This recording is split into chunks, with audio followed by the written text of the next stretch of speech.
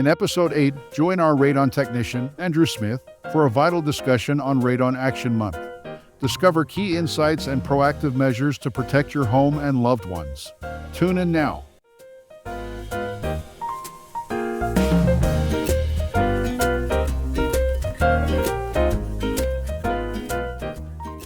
Hello, everyone, and welcome back to the Between the Cracks podcast, and Happy New Year. 2024 edition. I'm not convinced it's 2024, Matt. Well, I can assure you it is. Okay, well, I understand that logically, but in my head, we're still in 2023.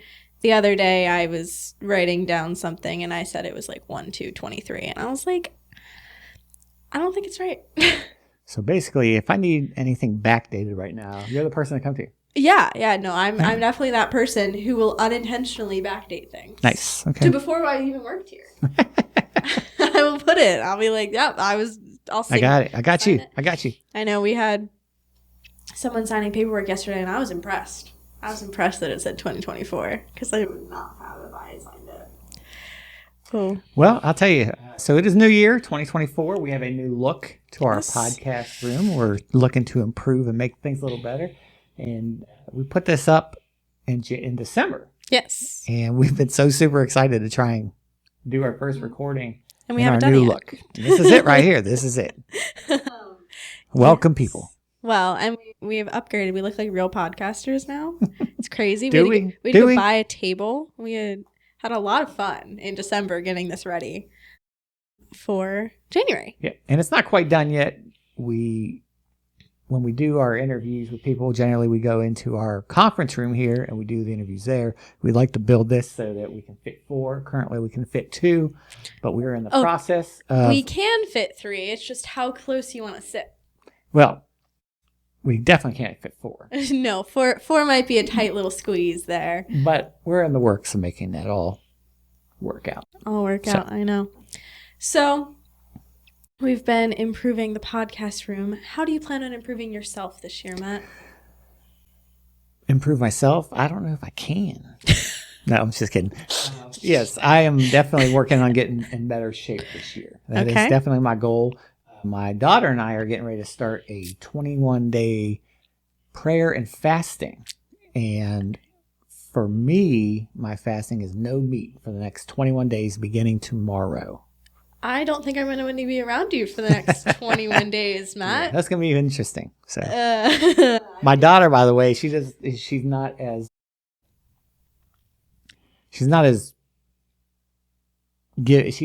willing to give up as much as I am, right? So her thing is no ramen for 21 days. She loves to eat ramen noodles. So she's no ramen for 21 days. So what are you going to be eating for protein? Protein shakes. Okay. Yeah. Okay. I'm definitely not coming in for the next month or so. I'm going to let that work itself out on its own. Well, let's hear your great resolution for this year. Well, I am going to be a very positive person this year, Matt. So it is January 5th today that we're recording this. Yeah. And I've already heard her not be positive. So. I'm going to make a more conscious effort to be positive. But while you're getting in shape, you should come play pickleball. Oh, I can do that.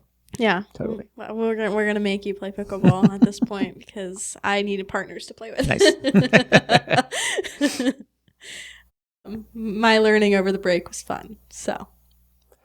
All right. Well, so it is a new year, and first of every year, January is Radon Action Month. I did not know that January was the first month. I appreciate that information. Yeah, I know. I try to be informative. I like to teach and educate as well as... be the best person. That's right. Okay. I like it. Well, January is Radon Action Month, according to the EPA. And that's what we're here to talk to you about today.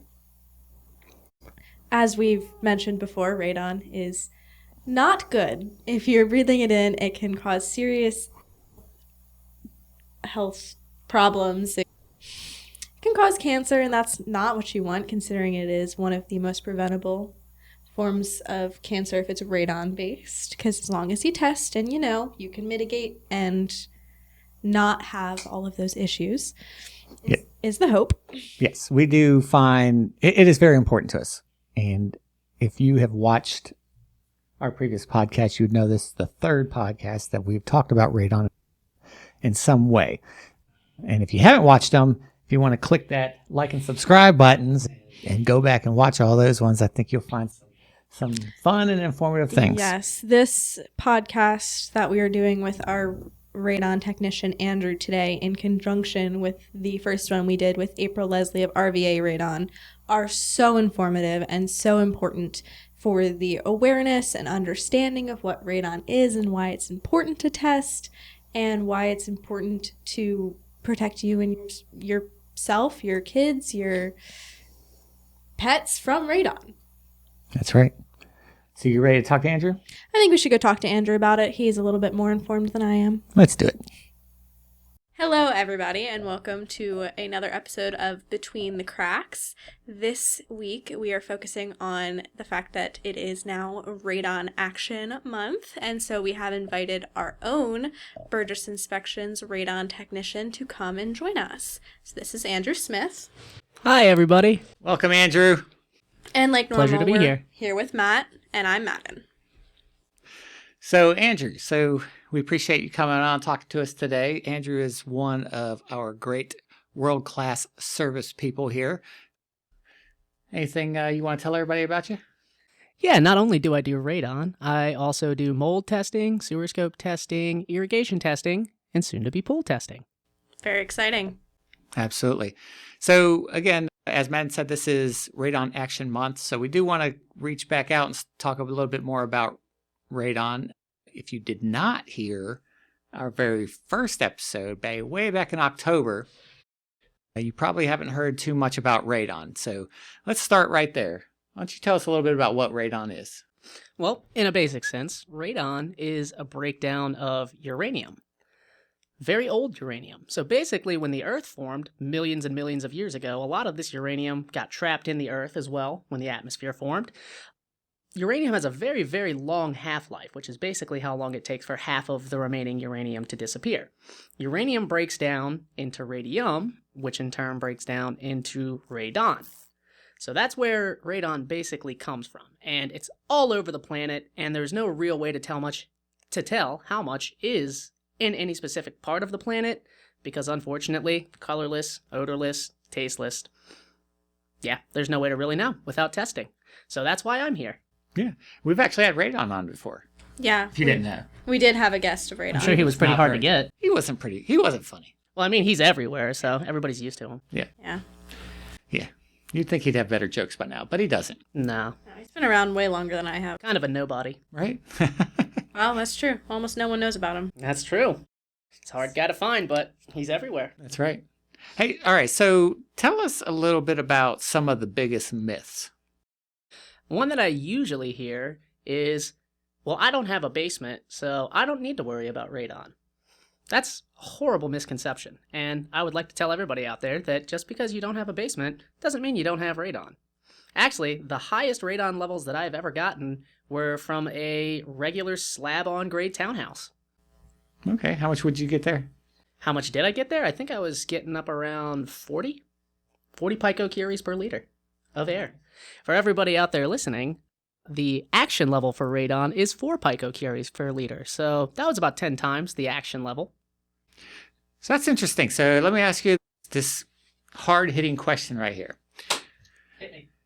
I've heard picocuries and I've heard picocuries. Which is accurate? I think it's kind of a potato-potato situation. Depending on where you're from, either's probably right. Caramel or caramel? Pecan or pecan? Or pecan. I don't know. There's lots of ways to say that one. Or pecan. Anybody know Scooter? That's a big one for him. He likes to ask that question. So As long as he can pronounce it right. that's right. He can't pronounce other things right, though. He misses a few. Every now and then. Scooterisms. Yes, that is correct. What else have you heard that people are getting wrong? What other types of myths? Got any other ones? That's definitely the biggest myth, is people trying to find ways not to test for radon. Well, it's not really a myth, but it's definitely something that's been brought up into question, and that's the effect of radon on children. It's actually a study, so there's not a whole lot of concrete backing evidence, but they're definitely looking into the research of it. But basically, because children have smaller lungs, and a lot of children who are smaller are running around all over the place. They're always high energy, so they're breathing in a lot more than adults. There's a theory that they're getting exposed to higher levels of radon than the average adult. Not to mention, because children are also smaller, that's another factor that they play into it, because radon actually comes from the ground. The lower you are to the ground at all times, the more of a potential you have to be exposed to radon. So being half as tall as the average human, there's a theory that you may be getting twice as much exposure. Same with having smaller lung capacity. So if you're breathing in the same amount as a person, you'd technically be getting a higher area of exposure. So that's definitely something that I haven't heard much action, since that's the month we're in, actually. I haven't heard a lot of action going towards people doing it for children. Usually when people are talking about it, they ask do I have a basement? What's your average radon reading around here? But never really you have kids, Yeah. We do a lot of, there's also another one. It's kind of a gray area as well, but when you have garages, those big bay garages, there's always a debate where if you have a room above that garage, should you test that as well? Because, you're sitting over a garage, which is a different foundation than a crawl space. But for a lot of people, if you're using that big bay door 2 to 3 times a day, all that air that gets trapped up in there immediately comes out. So it's very, very hard to tell what your radon reading is going to be. And if you're using that on a regular basis, that bay, then the room up there is probably going to be a lot lower than what your garage is. So the only time people usually get that area tested is if it's going to get turned into a kid's room. So that's usually the only time that children come in as a factor towards radon testing, which I don't really like. I'm with you on that one. Kids come first, guys. So you mentioned kids, you mentioned being smaller, lower to the ground, that sort of thing. So is there any studies or any data around animals, pets? Not that I have seen, no, but that would be a great question to have as well. If they're following the same formula for the kids, I would say definitely. Cats it makes and dogs sense. They're there all day long, Yeah, right? they don't They're ever all day- leave the and they're house. Even shorter than kids, even lower to the ground. Laying on the ground all day long. And if they're like my crazy dogs, they breathe heavy and fast all the time. It's Every ridiculous. day, all day, yeah. My dog is usually just an addition to the floor, so Yeah, for sure. yeah, he's got his own space molded That's in there. right. Okay. So let's say that someone calls in and schedules a radon test. What is it that they need to do to prepare, and what can they expect from you? Well, that's a circumstantial situation. If this is for a real estate transaction, well, actually, let me go back. The first thing everybody doing a radon test needs to be prepared for is closed building conditions. And that's basically the conditions that are most suitable for finding out your actual radon levels. They call it actual radon levels because radon fluctuates so much that at any given point of any day, your radon level's probably not going to be very consistent. So actual radon levels are the conditions being set to make sure that when you get your radon tested, it's probably going to be closest to what the highest average is going to be on that given day. That's done by maintaining closed building conditions. Closed building conditions is actually supposed to be a mock, or not really a mock so much as a simulation of your house in the dead of winter. So in the dead of winter, basically, it's going to be cold outside. You're going to have all your windows closed. You're usually going to have your vents closed, depending on what part of the country you're in. And your house is going to be sealed up, basically. You want to keep all of that air inside. That's when your radon level is going to be at its highest. And the wintertime is actually when your radon level is also going to be at its highest. So in the dead of winter, your radon is going to be just 100% going up higher than it would more than likely be in the summertime. So at any time that you're doing a radon test, you want to get as close to emulating that position as possible, because that means the radon coming into your house is going to be at its max concentration.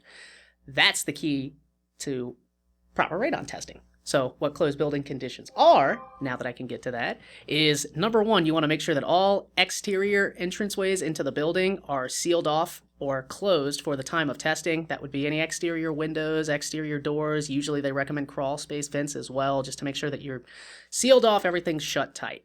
Now, if you need to leave your house for any reason, it's fine. You can open your doors, stuff like that. You can still live inside the house while radon testing is going on, but you want to make sure you're maintaining, not keeping doors and windows left open. Your HVAC system is going to be between 67 and 77 degrees Fahrenheit, and you want to make sure that no external air is coming into the building as well. Just constant interior circulation so that the radon levels aren't getting replaced with new air and you can get false low readings. The last thing is ceiling fans, because a big factor into radon entering the home is pressure. So air pressure on the outside compared to air pressure on the inside is the biggest thing about how much radon is coming in your house. So if you have any pressure inside of that house that's opposite of the normal internal vacuum your house is making, you're going to have less radon coming in as a passive result of having that fan turned on. So you want to have that fan turned off so your air is as basic and normal as possible, so you're getting the absolute max amount of radon you can get in the house. Because for real estate transactions, we want to put it in a situation where they could have high radon so they can get it mitigated before it comes and affects them later. And that's a basic of what closed building conditions are. That's probably the most important thing for figuring out what your radon levels are. All right. And then, so the day you come out, what can be expected at that point? When I come out there, usually it's during a home inspection, sometimes right before, just depending on their time. So what's going to be done at that point is we're going to make sure that closed building conditions have either been maintained before the test is started, or, if you're testing over a weekend, because the minimum for a radon test is 48 hours. That's kind of what the EPA says is the base amount of time you can run to determine even an average of what your radon's going to be. So when I get to the building, if closed building conditions haven't been maintained, we either need to make sure they're maintained, or the test needs to be going long enough so that closed building conditions have been maintained for at least 12 hours. So you can set delays, or if you're sitting over the weekend, you can omit those 12 hours and do whatever it takes to make sure you've got. At the same time, you're going to have to coordinate, since a lot of times we're doing real estate transactions in unoccupied houses, making sure we figure out how to get back inside that house afterwards. Usually at the time of the drop-off, I'll talk to whoever is out there, give them all the rundown of what radon is, see if there's any information that they need from me. At the same time, you want to double-check and make sure all those closed building conditions are maintained while on site, and just kind of disclose to anybody, if there's anybody that lives in the house that's not right there, you want to make sure you got some sort of way to let them know as well that a test is going on, so they can get an idea of what closed building conditions are. So I'll have some signs that I usually leave up on doors, on the thermostat, and usually by any ceiling fan that could be used during the testing. That's the basis for when you're doing a drop-off. Also, obviously, coordinating the pickup with them. Sure. Okay. You kind of touched on this piece a little bit earlier, but when and how often should someone test? Well, that is a great question. So that usually depends on what your radon levels are. So if you've never tested, my recommendation is to test immediately, at least one time. If you come back and you've got, let's say EPA average is going to be about 1.5 is what they want it to be indoors. So for them, if you tested and you came back with a 2, they would probably recommend you test about every 2 years. Since you're still technically half of the action level, but there's still a potential for you to have increasing radon levels. I think they say about every 2 to 5 years your radon levels can change just based on that half-life of uranium. I'm not exactly sure what math they did for that, because there's like 100,000 year half-life on uranium, so to determine exactly how long it takes for the half-life of that half-life to actually come up is somebody's out there doing it, and hopefully that they're pretty accurate about that. But usually about every 2 to 5 years they would recommend testing if you've got little to no issues with radon. If you have a mitigation system, it would be about the same thing, but that's more for just making sure your mitigation system is working properly, because if it's not, you're actually going to be exposed to extremely high concentrations of radon. I actually had a house that I went to where a buddy DIY'd the radon mitigation pipe into the house, but they didn't seal it properly, so when it came back it was like 20, 21. So it can definitely have opposing effects on what you want to be done. What was the question again? Because I trailed off a little bit.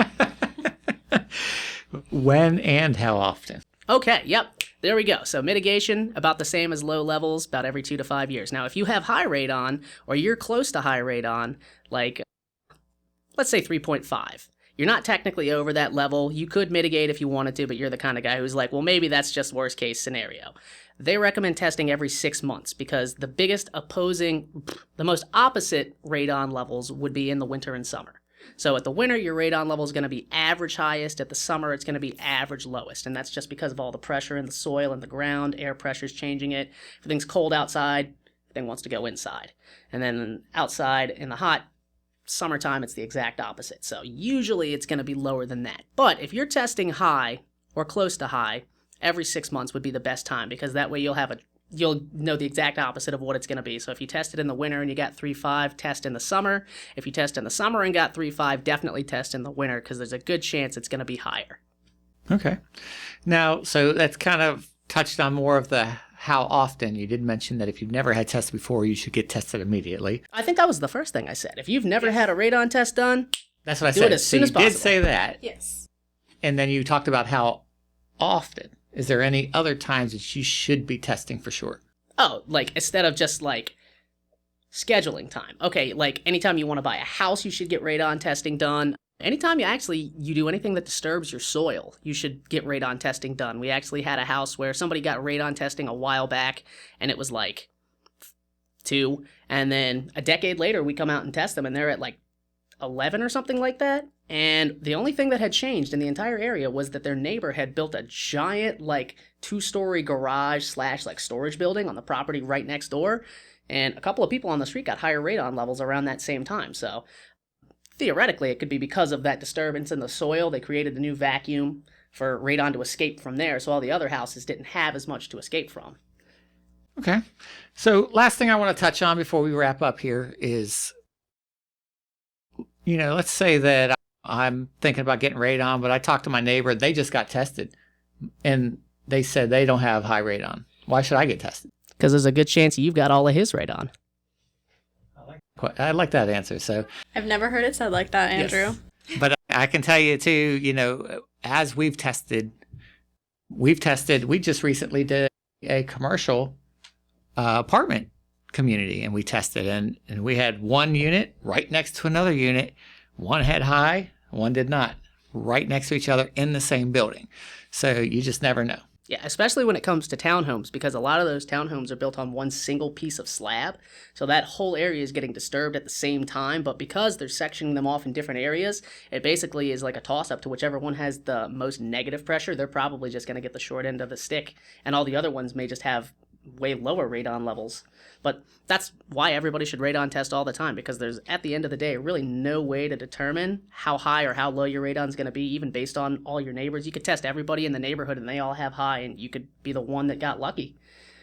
Because, I think people, even though we have a pretty good idea of where it comes from and how it works, I still don't think we have all of the answers for how radon works, because, again, like, all we're going off of is what it's been doing, but we still can't see it in itself. We can't see radon in action. We can only see the result of what radon does to people. We can see, like track marks inside of people. We can see alpha tracking inside of the machines, but all that shows us is the decay of radon, but we can't see radon itself entering the chamber. You can't, dig a hole in the ground and watch the radon come out, even though it could be coming out at an extremely high concentration. There's pretty much no way for us to know until we have something there to test it. So the more information we have, the more we'll know about it.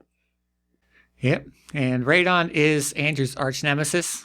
They battle each other all the time. So we do appreciate you coming on and talking to us today. And if anybody has any questions about radon or would like to ask Andrew a question, you can email us at info@burgessinspects.com.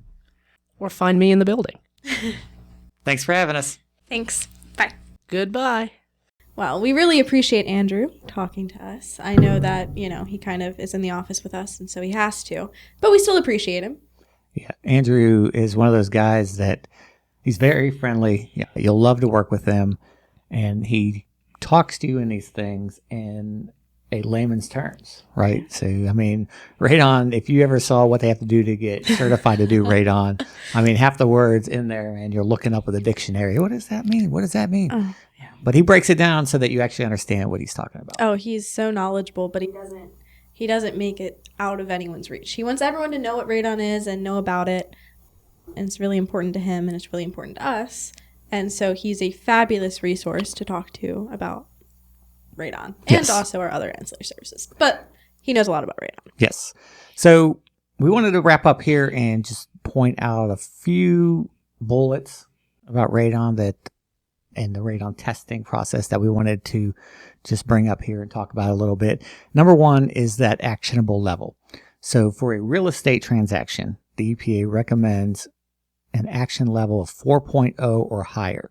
So if you are buying a home and you get radon test and it is at 4.0 or higher, it is recommended that you do some sort of action to remedy that situation. Well, and continuing on, the action would be to mitigate, and yes, it can be mitigated. That's a very important point. It is not a reason to not buy a house, or there's no reason to live in a house with high levels of radon, because it can be mitigated. Yes, control is absolutely available, and yeah, as long as you test and you some people don't even know about radon, and so they could be living in a harmful environment and not even know it. Absolutely. And so I think that's one of the reasons EPA has designated a month for Radon Action, because they want people to test and know and understand. And it's such an important thing. And so I do appreciate that the EPA has designated this month, January. Yeah. And the one downside, I think, to it all is that, yes, there is an action month. Unfortunately, there's not much done to advertise that it's Radon Action Month. In all my years until I worked for a home inspection company, You didn't know? I didn't know. Well, I think the EPA just needs to hire me then. That's right. Or hire Birds Inspections, because I'll tell you, the one thing that we want to do above all else is educate people on radon. We find it very important. Yeah, we offer the service, we charge for the service, and hopefully we make a little money off it like any business would want to do. But aside from that, it's even more important for us to make sure that people know about it and get treated for it. I know you and Scooter talk about never purchasing a home without a home inspection, but you also would never purchase without doing a radon test or sewer scope or just other things that you need to know about before you make that investment in your life. Absolutely. And the two that you just said are the two that if you call here to book an inspection, those are the two that we're going to offer to everybody. We offer other services like mold, pool inspections, stuff like that. We offer those as needed and when someone's concerned about mold or something like that. But sewer scope, radon, we offer those to every single person that calls in for an inspection. Yeah, just because those, well, I think you've said it before that one can save your life and one can save you money. Yes. And both of those are really important to a lot of people. That's right. So we do try and educate people on the phone when we're talking to them and just explain why it's important and it should be something that they do. Even if they don't choose Burgess, they need to know about it. Yeah, absolutely. So on that same note, too, when we do test for radon, it is a 48-hour minimum test that we do. So we have to put a machine in the home for at least 48 hours and then come back and pick it up. And that home, depending on the size of the home and the types of foundations on the home, will determine how many machines are needed. So generally speaking, you need one machine for every 2,500 square feet of the lowest livable space, right? Yes. So if you have, a 4,000 square foot home and it's 2 levels, odds are you're only going to need one machine for that. But if that's all on like a ranch, you have a 4,000 square foot ranch, then more than likely you're going to need at least 2 machines for that one.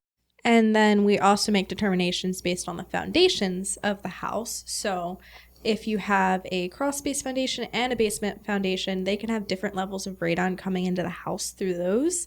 So we would recommend having more than one machine so you can get the most accurate reading of the house and where the radon could be entering. Yes. And finally, we want to talk a little bit about a little device called the Luft.